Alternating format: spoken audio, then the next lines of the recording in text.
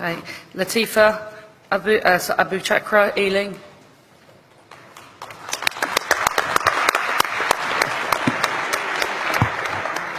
President, Conference, my name is Latifa Aboochakra. I'm a first-time delegate and a first-time speaker. Thank you. I'm representing the Ealing Division in London, and I begin my address in the name of the Most High. Assalamu alaikum. Alaikum salam. When certain politicians and the media use the term muscular liberalism, that's just another word for racism and Islamophobia. This stance on Islam has led them into primary schools to ascertain why young girls wear the hijab, as it could be interpreted as a sexualization of these young girls. I say shame on OFSTED for victimizing young girls, for choosing to wear religious articles of clothing. There is no such measure made for other religions or other articles of religious wear. This stance has other ramifications. It signals to the British public and emboldens groups such as EDL, BNP and other fascist and racist groups that women are oppressed by Islam, are made insubordinate to the men that supposedly forced them to wear it, and that it is the job of the British state to liberate us. We reject this imperialistic saviour thinking.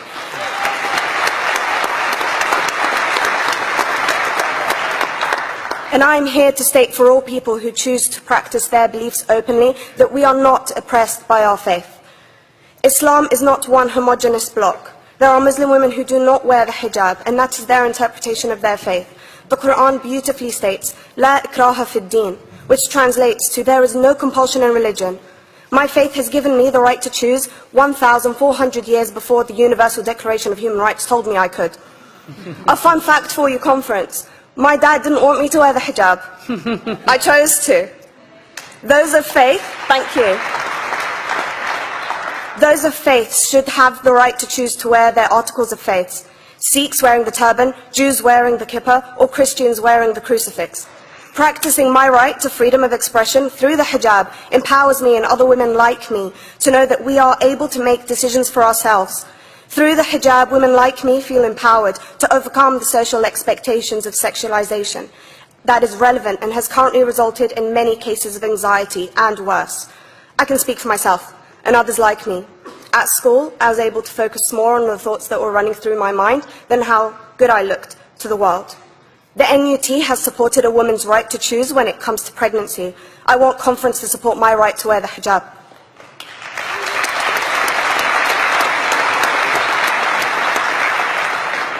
How I choose to practice my faith is clearly displayed for all to see. This makes me the target of hate crime. The level of racist attacks on Muslim women is disproportionate to any other oppressed group in British society because we are an easy target.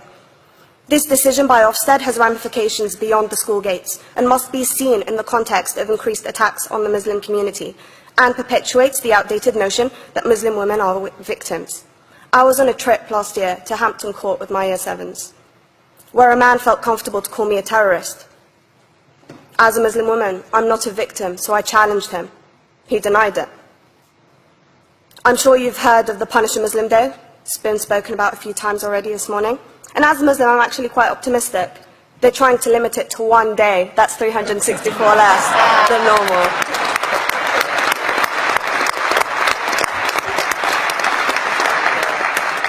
But let's be clear, conference. Islamophobia and other forms of racism affects non-Muslims too. If we don't challenge this stance as a collective, we may turn into a society like France, where women are forced by the law to choose between their faith and their education, their faith and their right to work in the public sector, their faith and their right to enjoy a day out by the seaside with their families. I want to end by stating that I came to this country as an 8-year-old refugee. We are Palestinians, forced out of our land in 1948. We lived in third world conditions, similar to those in Calais for 60 years. Here, I received the support I needed to study law at university and become a secondary school citizenship and PSHE teacher, and a school rep. An injury to one is an injury to all, and I want to thank the Union for its stance on all oppressed groups, in particular mine, Palestine. Thank you, conference. Thank you, Latifa.